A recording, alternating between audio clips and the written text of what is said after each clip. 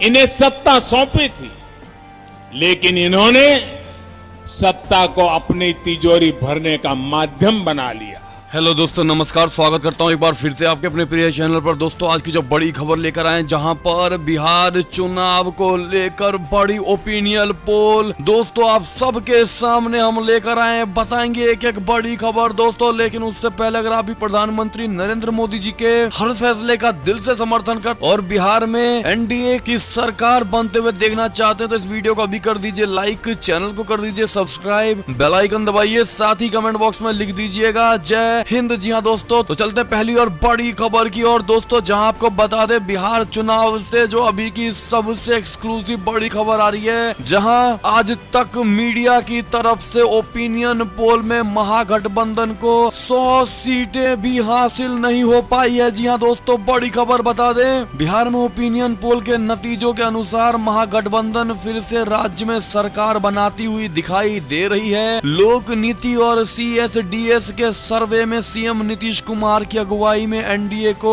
133 से 143 सीटें मिलने का अनुमान जताया गया है। इस सर्वे में महागठबंधन 100 के भीतर सिमटता दिखाई दे रहा है। दोस्तों, सर्वे में आरजेडी के नेतृत्व वाले गठबंधन को 88 से 98 सीटें मिलने की बात कही गई है। एनडीए से अलग होकर एलजेपी का चुनाव लड़ने का फैसला पार्टी पर भारी पड़ता दिखाई दे रहा है। 143 सीटों पर चुनाव लड़ रही एलजेपी को सर्वे में महज 2 से 6 सीटें मिलने की बात कही गई है। सर्वे में निर्दलीय व अन्य को 6 से 10 सीटें मिलने का अनुमान जताया गया है। लोक नीति CSDS के ओपिनियन पोल में 37 विधानसभा सीटों के 148 बूथों को शामिल किया गया है। दोस्तों, आपको बता दें कि सर्वे के दौरान 3731 लोगों से बातचीत की गई। ये सर्वे 10 से 17 अक्टूबर के बीच किया गया। सर्वे में 60% पुरुष जबकि 40% महिला वोटरों की राय जानी गई। सर्वे के अनुसार 38% लोगों ने एक बार फिर से एनडीए की सरकार पर अपना भरोसा जताया है। वहीं 32% लोग आरजेडी के नेतृत्व में राज्य में बदलाव चाहते हैं। वहीं इन लोगों का मानना है कि इस बार फिर से एनडीए की सरकार बननी चाहिए और प्रधानमंत्री नरेंद्र मोदी को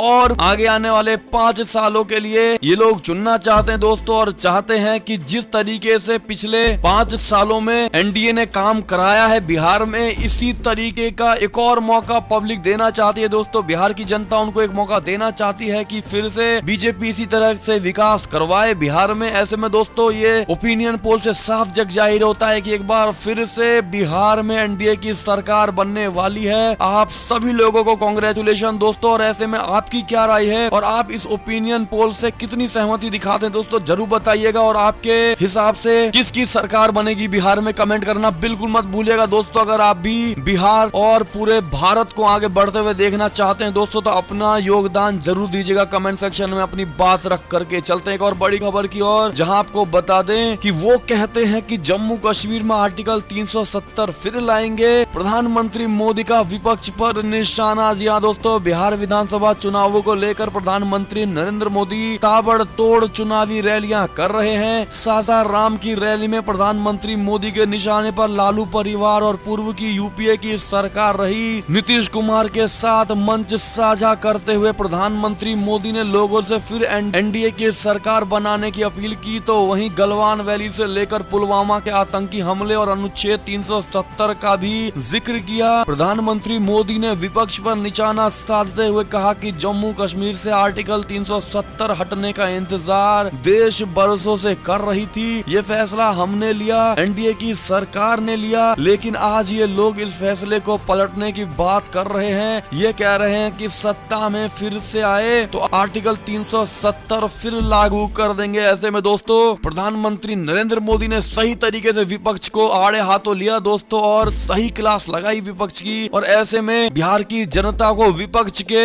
पार्टी बनने के बाद होने वाले हानि को गिनवाया है दोस्तों, और साफ कहा है कि 370 हमने हटाया, लेकिन विपक्ष की पार्टी 370 दोबारा जम्मू कश्मीर में लागू करना चाहती है। ऐसा आप लोग चाहते हैं या नहीं चाहते हैं? एनडीए की सरकार चाहते हैं या नहीं चाहते हैं? और 370 हमेशा के लिए जम्मू कश्मीर से दूर ही रहे, ये चाहते हैं कि नहीं चाहते हैं? इस तरह की बातें कहीं दोस्तों, और इस सवाल का जवाब आप भी कमेंट सेक्शन में जरूर दीजिएगा दोस्तों। एक और खबर की माने तो भागलपुर में कृषि कानून को लेकर विपक्ष पर बरसे मोदी, पूछा एमएसपी पर क्यों नहीं लिया था फैसला। जी हां दोस्तों, पीएम मोदी ने कहा कि विपक्ष आजकल एमएसपी को लेकर अफवाह फैला रही है, लेकिन हमारी सरकार ने ही बार बार एमएसपी को बढ़ावा दिया है। हमारी सरकार ने सरकारी खरीद को बढ़ाया। पिछली सरकार और नीतीश जी की सरकार में धान की खरीद में 4 गुना और गेहूं की खरीद में 5 गुने का अंतर है, जबकि इनकी सरकार थी तो एमएसपी पर फैसला क्यों नहीं लिया गया। पीएम मोदी ने इस दौरान स्वामित्व योजना का भी जिक्र किया और कहा कि अब ग्रामीणों को उनकी जमीन का प्रॉपर्टी कार्ड मिलेगा, जिससे लोगों की चिंताएं भी दूर होंगी। ऐसे में दोस्तों बड़े मुद्दे को प्रधानमंत्री मोदी ने छेड़ा और उनके सामने यानी कि बिहार की जनता के सामने रखा है दोस्तों, जो अब तक विपक्षी दल भी नहीं कर पाए हैं। ऐसे में जमीनी जुड़ी हालातों और जमीनी जुड़ी समस्याओं को लेकर प्रधानमंत्री मोदी ने बिहार की जनता से वादा किया है। ऐसे में दोस्तों आपको कितना भरोसा है अपने प्रधानमंत्री नरेंद्र मोदी की बातों पर, कृपया करके कमेंट सेक्शन में लिखना बिल्कुल मत भूलेगा दोस्तों। और खबर की माने तो भारत ने चीन के साथ गतिरोध पर कहा कि सैनिकों की समग्र वापसी सुनिश्चित करना तात्कालिक दायित्व होगा। जी हां दोस्तों, भारत ने गुरुवार को कहा कि पूर्वी लद्दाख में विवाद के सभी बिंदुओं से सैनिकों की समग्र वापसी सुनिश्चित करना एक तात्कालिक दायित्व है। नई दिल्ली की यह टिप्पणी चाइना के साथ एक और दौर की सैन्य वार्ता से पहले आई है। हालांकि 8वें दौर की सैन्य वार्ता की तारीख को अभी अंतिम रूप नहीं दिया गया है, लेकिन ये अगले सप्ताह के पूर्वोर्ध में हो सकती है। विदेश मंत्रालय के प्रवक्ता अनुराग श्रीवास्तव ने कहा कि तात्कालिक दायित्व विवाद के सभी बिंदुओं से सैनिकों की समग्र वापसी सुनिश्चित करना है। वो एक संवाददाता सम्मेलन में भारत और चाइना के बीच पूर्वी लद्दाख में सीमा गतिरोध को लेकर वार्ता की स्थिति के बारे में पूछे गए सवालों का जवाब दे रहे थे। जी हां दोस्तों, एक और खबर की ओर चले तो नौसेना प्रमुख ने नौसेना की तैयारियों का लिया जायजा। बता दें, भारतीय नौसेना के प्रमुख एडमिरल करमबीर सिंह ने बृहस्पतिवार को नौसेना के कैरियर बैटल ग्रुप के चुनिंदा अधिकारियों आईएनएस विक्रमादित्य से किए गए एक प्रसारण के माध्यम से संबोधित किया और बल की युद्धक तैयारियों की समीक्षा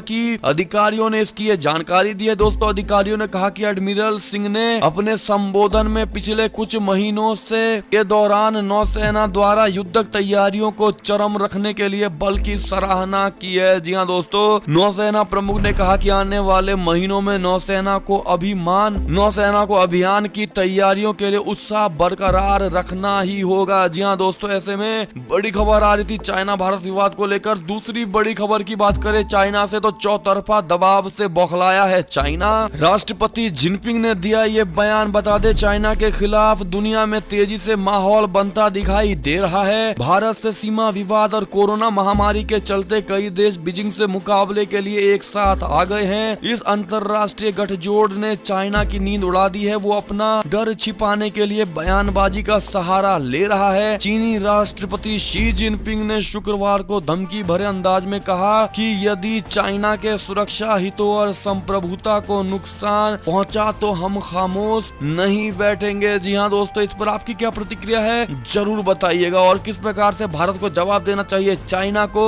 लिखना मत भूलिएगा दोस्तों। और खबर की माने तो जहां पर नीतीश कुमार पर पलटवार को लेकर रविशंकर का बयान, कहा जो थका हुआ कह रहे हैं उसके पिता जेल में है। जी हां दोस्तों, बिहार विधानसभा चुनाव में बयानबाजी का दौर जोरों पर है। समस्तीपुर जिले में गुरुवार को सीएम नीतीश कुमार और केंद्रीय मंत्री रविशंकर प्रसाद की 2 चुनावी सभा हसनपुर और विभूतिपुर विधानसभा क्षेत्र में थी। समस्तीपुर में विभूतिपुर के चुनावी सभा में केंद्रीय कानून मंत्री रविशंकर प्रसाद पहुंचे थे। उन्होंने सभा को संबोधित करते हुए तेजस्वी यादव पर जमकर हमला बोला। उन्होंने चेतावनी भरे लहजे में कहा कि आजकल जो नेता घूम रहे हैं और वो नीतीश कुमार को थका हुआ कह रहे हैं। एक ही बात कहना चाहता हूं कि रविशंकर प्रसाद देश के कानून मंत्री भी हैं। मैं पटना हरियाणा हाई कोर्ट और सुप्रीम कोर्ट में वकील भी रहा हूँ। रविशंकर प्रसाद ने कहा कि नीतीश कुमार को जो थका हुआ कहते हैं वे सुन ले। नीतीश कुमार एक ईमानदार व्यक्ति है, वे बिहार के विकास के लिए 18 घंटे काम करने वाले व्यक्ति हैं। नीतीश कुमार ईमानदारी से सोचते हैं, लेकिन किसी के पिता आजकल जेल में आराम कर रहे हैं। क्यों कर रहे हैं ये लोग मालूम है? उन्होंने सभा